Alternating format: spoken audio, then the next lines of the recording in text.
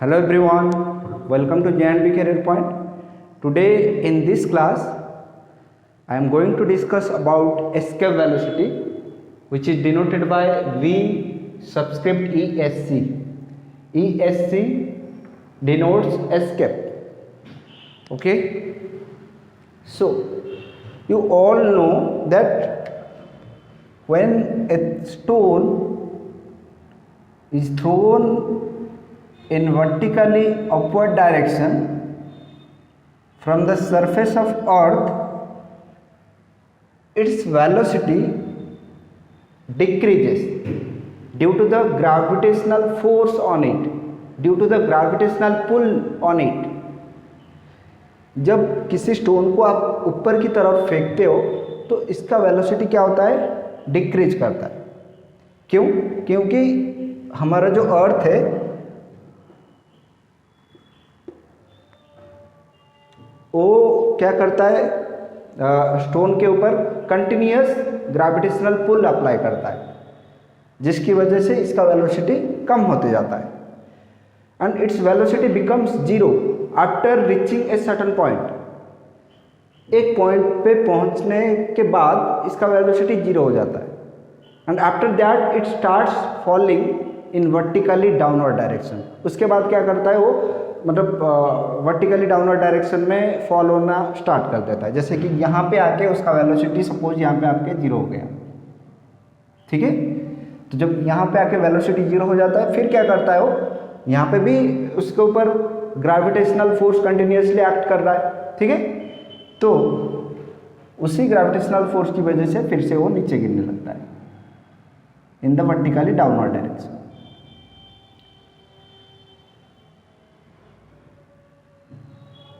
सो ये केस तो आपको पता ही होगा. And this is the maximum height from the surface of earth. यही है जो मैक्सिमम हाइट है, ठीक है, जहाँ पे बॉल का वेलोसिटी जाके जीरो हो जाता है. ओके, या स्टोन का, बॉल या स्टोन तुम कुछ भी ले लो. ओके, मतलब एग्जाम्पल में आप कुछ भी ऑब्जेक्ट ले सकते हो, मतलब. सो this is the maximum height reached by the ball.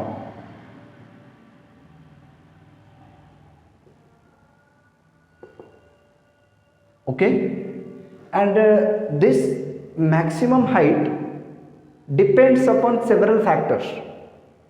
This maximum height reached by the ball depends upon the initial velocity with which the ball is thrown. जो इनिशियल वेलोसिटी में तुम बॉल को फेंके थे, तो उसके ऊपर कहीं ना कहीं मैक्सिमम जो हाइट है वो डिपेंड करता है. So you can calculate it. Maximum height को आप कैलकुलेट कर सकते हो. कैसे? According to Newton's third law of Newton's equation of motion, third equation of motion, that is v square minus u square is equal to 2as. Is it correct? v square minus u square is equal to 2as. This is Newton's third equation of motion. So if you consider the upward motion of the ball, so you can find the final velocity is zero and initial velocity will have some finite value.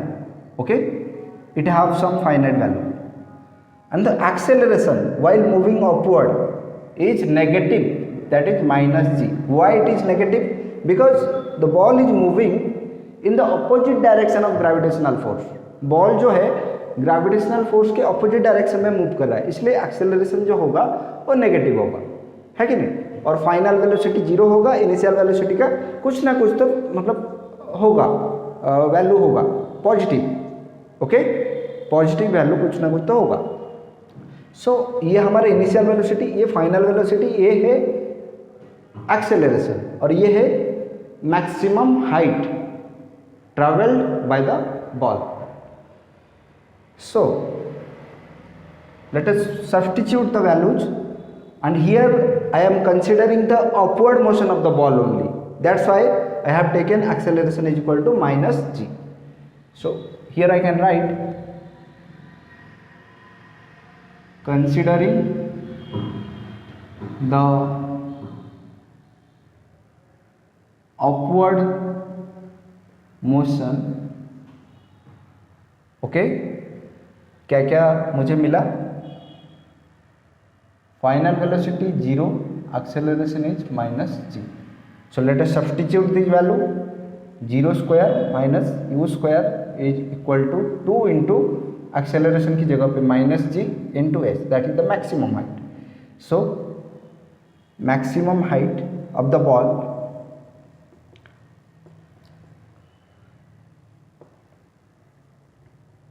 s, okay, it is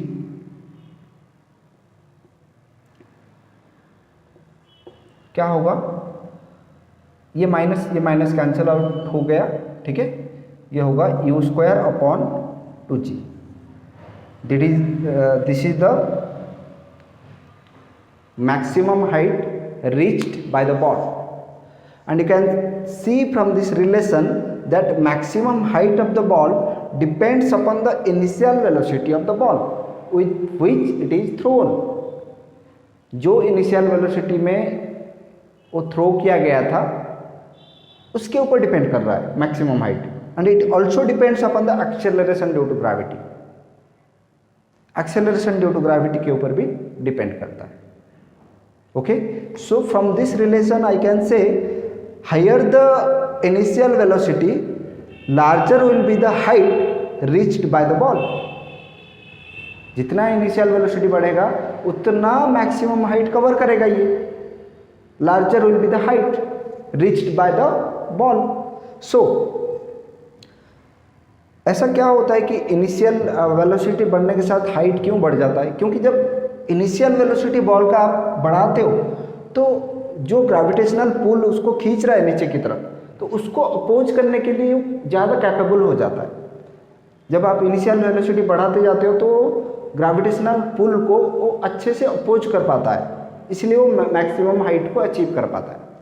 okay, and you also know that as we go above the surface of earth, the value of g, that is the value of acceleration due to gravity goes on decreasing with increase in altitude, with increase in height.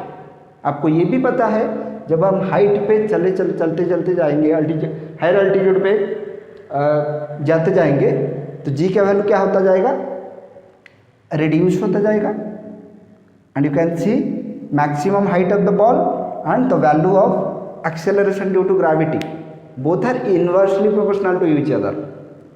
मतलब जी का value reduce हो रहा है तो S का value increase होना चाहिए, that is maximum height का वैल्यू इंक्रीज होना चाहिए. मतलब कहीं ना कहीं जी का वैल्यू हेल्प करेगा कि मैक्सिमम हाइट को अचीव करने के लिए. जी का वैल्यू रिड्यूस हो रहा है, इसका मतलब ये है कि जो ग्रेविटेशनल फोर्स है ऑब्जेक्ट के ऊपर वो कम हो रहा है धीरे धीरे. तुम जितना हाइट पे चलते जाओगे तो उसका मतलब उस ऑब्जेक्ट के ऊपर ग्रेविटेशनल फोर्स जो है वो कम होता जाएगा हाइट के साथ. तो जब ग्रेविटेशनल फोर्स कम होता जाएगा तो हाइट ज़्यादा अचीव करने लगेगा. तो इसलिए ये रिलेशन दिखाता है कि जो मैक्सिमम हाइट है दोनों फैक्टर के ऊपर डिपेंड करता है. एक तो इनिशियल वेलोसिटी, एक है acceleration due to gravity. Okay, so if you keep increasing the initial velocity it will reach larger and larger height. अगर आप इनिशियल वेलोसिटी को बढ़ाते चले जाओगे तो इसका जो हाइट है, मैक्सिमम हाइट जो रीच कर रहा है वो भी बढ़ते चला जाएगा, है कि नहीं.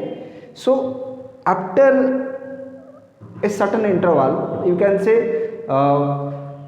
above a particular initial velocity, एक ऐसा initial velocity आएगा and above that initial velocity the ball is able to overcome the gravitational pull of the earth and can escape from the earth's gravitational field forever. मतलब जब तुम initial velocity को बढ़ाते जाओगे तो मैक्सिमम हाइट क्या होता जाएगा, बढ़ता जाएगा. ऐसा एक इनिशियल वेलोसिटी आएगा,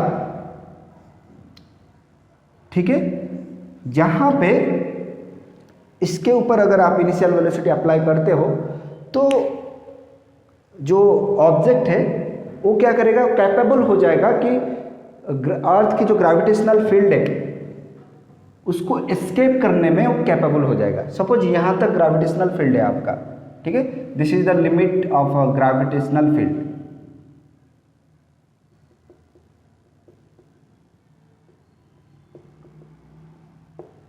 ठीक है, सो जब आप इनिशियल वेलोसिटी को बढ़ाते जाओगे तो हाइट रीच होता जाएगा, एक ऐसा इनिशियल वेलोसिटी आपको मिलेगा जहाँ पे ऑब्जेक्ट अर्थ की तरफ और रिटर्न ही नहीं कर रहा है।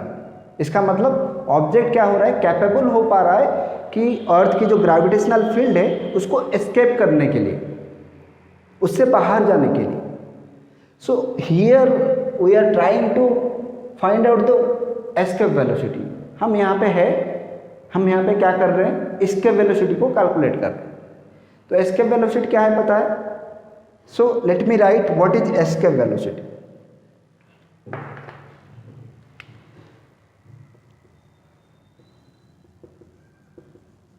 The minimum velocity needed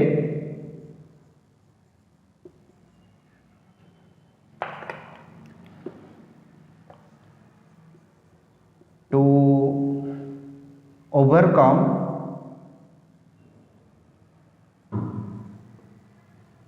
from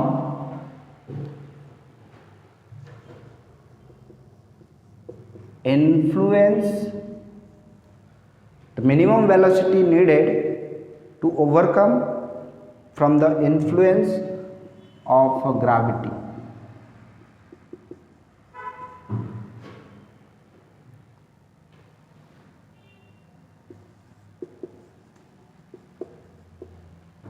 The minimum velocity needed to overcome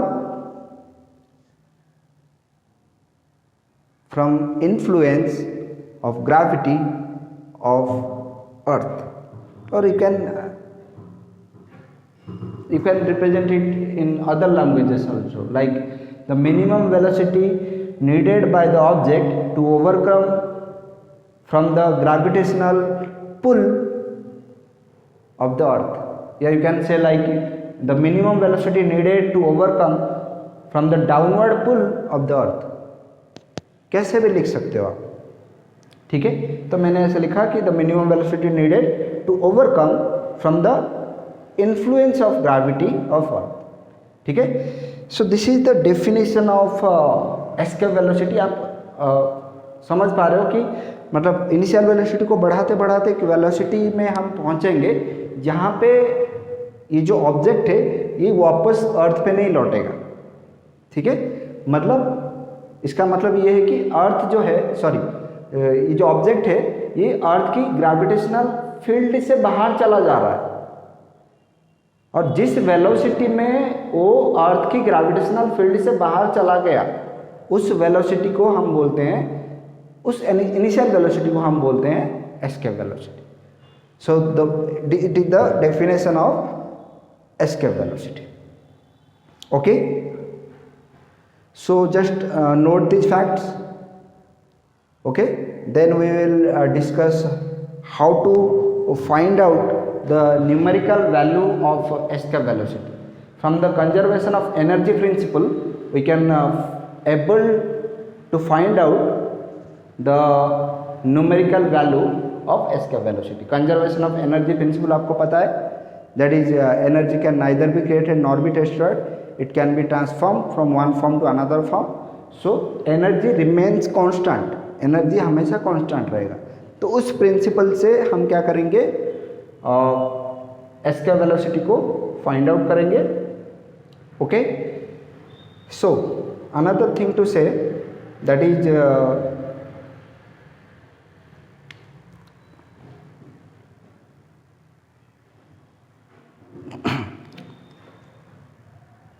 देखो, ये जो ऑब्जेक्ट अर्थ की ग्रेविटेशनल फील्ड से तभी बाहर जाएगा जब उसके ऊपर ग्रेविटेशनल फोर्स 0 हो जाएगा। समझ रहे हो? ये जो ऑब्जेक्ट है अर्थ की ग्रेविटेशनल फील्ड से तभी बाहर जाएगा जब उसके ऊपर ग्रेविटेशनल फोर्स जीरो हो जाएगा, अर्थ की ग्रेविटेशनल फोर्स जीरो हो जाएगा। अर्थ की ग्रेविटेशनल फोर्स जीरो कब होगा? और आपको पता है अर्थ की ग्रेविटेशनल फोर्स ऑब्जेक्ट के ऊपर क्या है? G M m upon r square, और m is the mass of earth, small m is the mass of the object, r is the distance of separation between center of masses of the earth and object. Okay, so कौन सी condition में ये gravitational force zero हो जाएगा? When r becomes infinity, then the gravitational force becomes zero. Then we can say that the object escapes the earth's gravitational field. तभी हम कह सकते हैं कि ऑब्जेक्ट क्या किया, अर्थ की ग्रेविटेशनल फील्ड से चला गया। तो मतलब ऑब्जेक्ट को अर्थ की ग्रेविटेशनल फील्ड से एस्केप होने के लिए उसको इनफाइनाइट डिस्टेंस तक रीच करना पड़ेगा। ओके, ऑब्जेक्ट को ग्रेविटेशनल फील्ड से बाहर जाने के लिए, एस्केप करने के लिए, it has to reach infinite distance from the earth, तभी जाके ग्रेविटेशनल फोर्स उसके ऊपर जीरो हो जाएगा और वो ग्रेविटेशनल फील्ड से बाहर चला जाएगा। Okay, so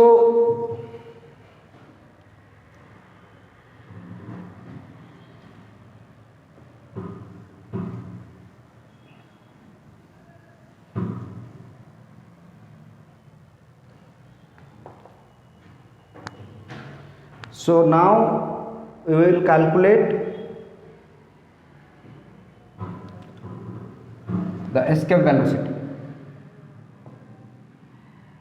for an object of mass m। ठीक है, एक ऑब्जेक्ट है जिसका मास m है और हमें उसको एस्केप वेलोसिटी प्रोवाइड करके अर्थ की ग्रेविटेशनल फील्ड से बाहर ले जाना है। ठीक है, this is the case. So when the object is on the surface of earth, then what will be the energy? जब ऑब्जेक्ट अर्थ की सरफेस पे है तभी उसका एनर्जी क्या है? जब वो अर्थ की ग्रेविटेशनल फील्ड से बाहर चला गया, मतलब एट इनफाइनाइट डिस्टेंस, तब उसका एनर्जी क्या है? और मैंने नहीं बोला, कंजर्वेशन ऑफ एनर्जी प्रिंसिपल बोलता है कि एनर्जी रिमेन्स कांस्टेंट। तो ये जो एनर्जी मिलेगा और ये जो एनर्जी मिलेगा on the surface of earth and at the infinite distance, तो दोनों एनर्जी समान होंगे, इक्वल होंगे। जब दोनों एनर्जी को इक्वेट करेंगे तो हमें एस्केप वेलोसिटी का फॉर्मूला मिल जाएगा। Okay, so let us find out what will be the formula for escape velocity. So on the surface of अर्थ की सरफेस पे क्या होगा? काइनेटिक एनर्जी क्या होगा? The energy, the mechanical energy, the summation of kinetic energy and potential energy.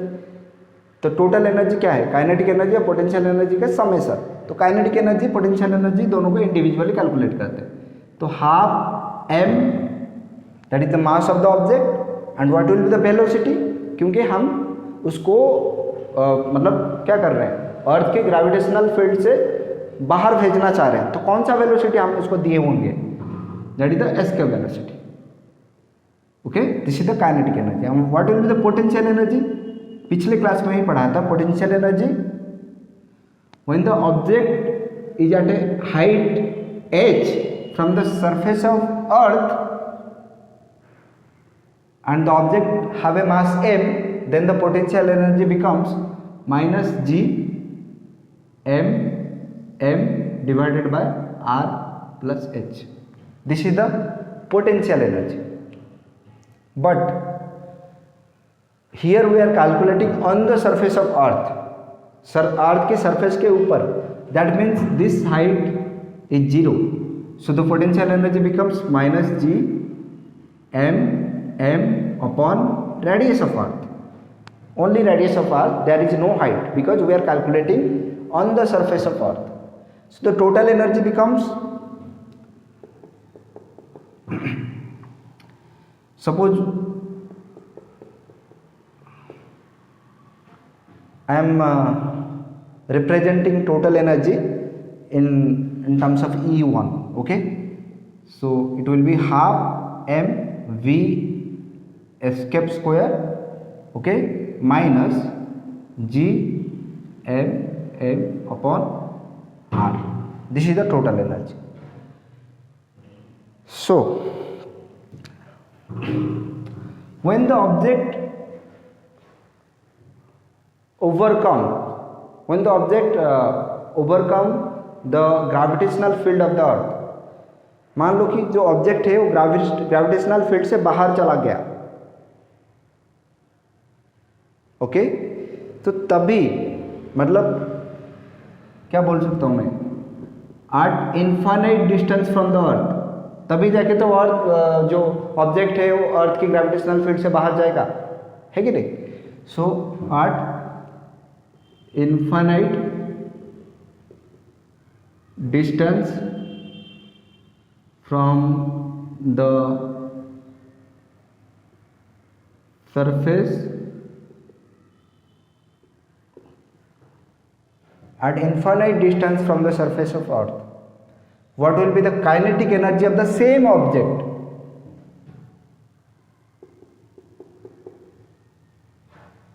Same he object का kinetic energy क्या होगा? Infinite distance पे काइनेटिक एनर्जी क्या होगा? हाफ एम वी स्क्वायर, और जब वो ग्रेविटेशनल फील्ड से बाहर चला जाएगा उसका वेलोसिटी हो जाएगा 0, ठीक है, तो वहां पे काइनेटिक एनर्जी कितना हो जाएगा? 0. सो पोटेंशियल एनर्जी क्या होगा? Minus G M m upon r plus h. This is the formula for potential energy at a height h from the surface of earth.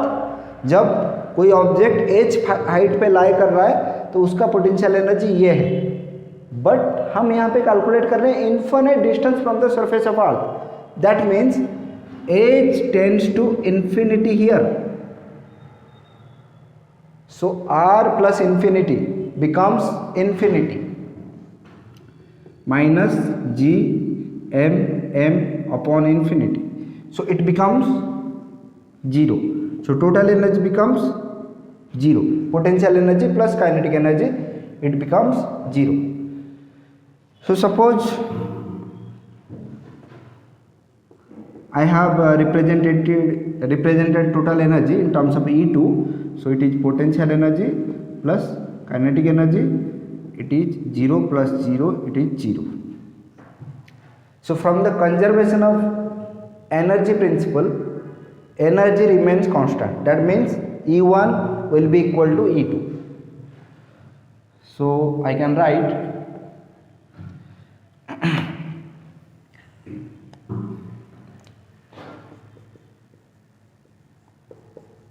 from the conservation of energy principle, E1 is equal to E2. So equate करो, this will be equal to 0. Okay, that means half m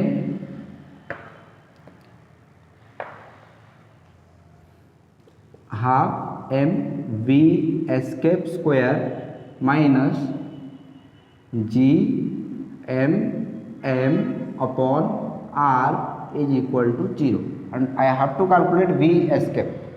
Okay. So क्या करना है? Half m v escape square is equal to, इसको इस तरफ ले रहा हूँ, G M m upon are.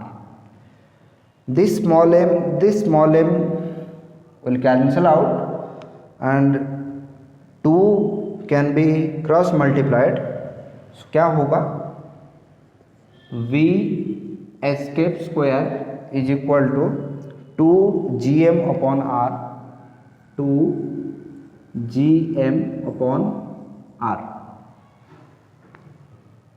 If you want to calculate escape velocity, then you have to just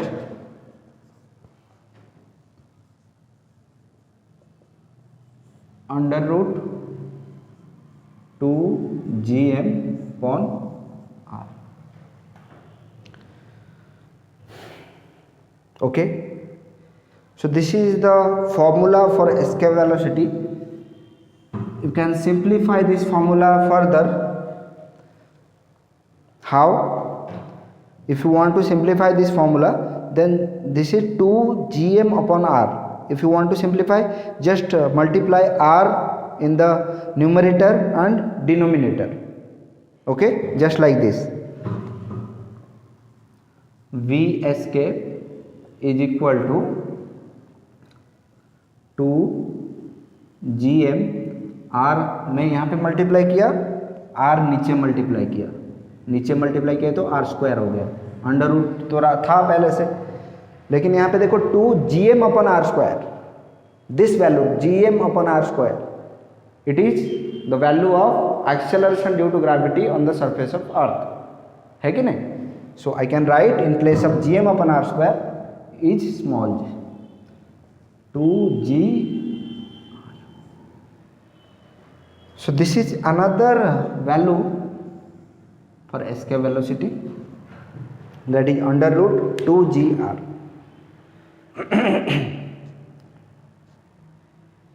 So if you want to calculate the numerical value of escape velocity, then what to do? You have to put the value of g, that is 9.8 meter per second square, that is the value of g on the surface of earth, okay, and value of radius, that is 6.4 into 10 to the power 6 meter, that is the radius of earth. Okay, so let me calculate here. V escape calculate करना है मुझे. V escape is equal to 2gr and what will be value of g, that is 9.8, and what will be r, that is 6.4 into 10 to the power 6 meter. If you want to calculate it, then you can calculate, and the value I am writing directly, that is 11.2 kilometer per second.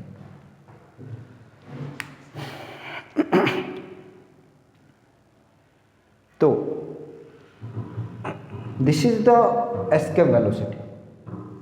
अगर आप किसी object को भेजना चाहते हो space में, तो आपको इतना तो मिनिमम वेलोसिटी देना पड़ेगा, मतलब 1 सेकेंड में 11.2 किलोमीटर ट्रैवल कर पा रहा होगा, ऐसा वेलोसिटी, तभी जाके वो अर्थ की ग्रेविटेशनल फील्ड को एस्केप कर पाएगा और स्पेस को जा पाएगा. So this is the minimum velocity you have to provide. Okay, so जो भी स्पेस क्राफ्ट हम भेजते हैं, जो भी सैटेलाइट भेजते हैं, ठीक है, किसी दूसरे प्लैनेट को, तो उसको इससे ज़्यादा वेलोसिटी दिया जाता है. इनिशियल वेलोसिटी से, मतलब एस्केप वेलोसिटी से ज़्यादा इनिशियल वेलोसिटी दिया जाता है, फिर जाके वो अर्थ की ग्रेविटेशनल फील्ड को एस्केप कर पाता है, फिर दूसरे प्लैनेट को जा पाता है. ठीक है, अगर मार्स को जाना है तो मार्स को जाने से पहले अर्थ की ग्रेविटेशनल फील्ड के तो एस्केप करना पड़ेगा ना, और अर्थ की ग्रेविटेशनल फील्ड को एस्केप करने के लिए आपको इससे ज़्यादा वेलोसिटी चाहिए. ठीक है, 11.2 किलोमीटर पर सेकेंड. तो इससे ज़्यादा अगर वेलोसिटी किसी ऑब्जेक्ट को दे दिया जाए तो वो स्पेस में चले जाते हैं. ठीक है, so this is all about today's class. और कुछ बताने को तो नहीं रहा. ठीक है, तो आज का क्लास यहीं पे ख़त्म करते हैं. नेक्स्ट क्लास में हम कुछ और पढ़ेंगे ग्रेविटेशनल वेव्स के बारे में. Thank you.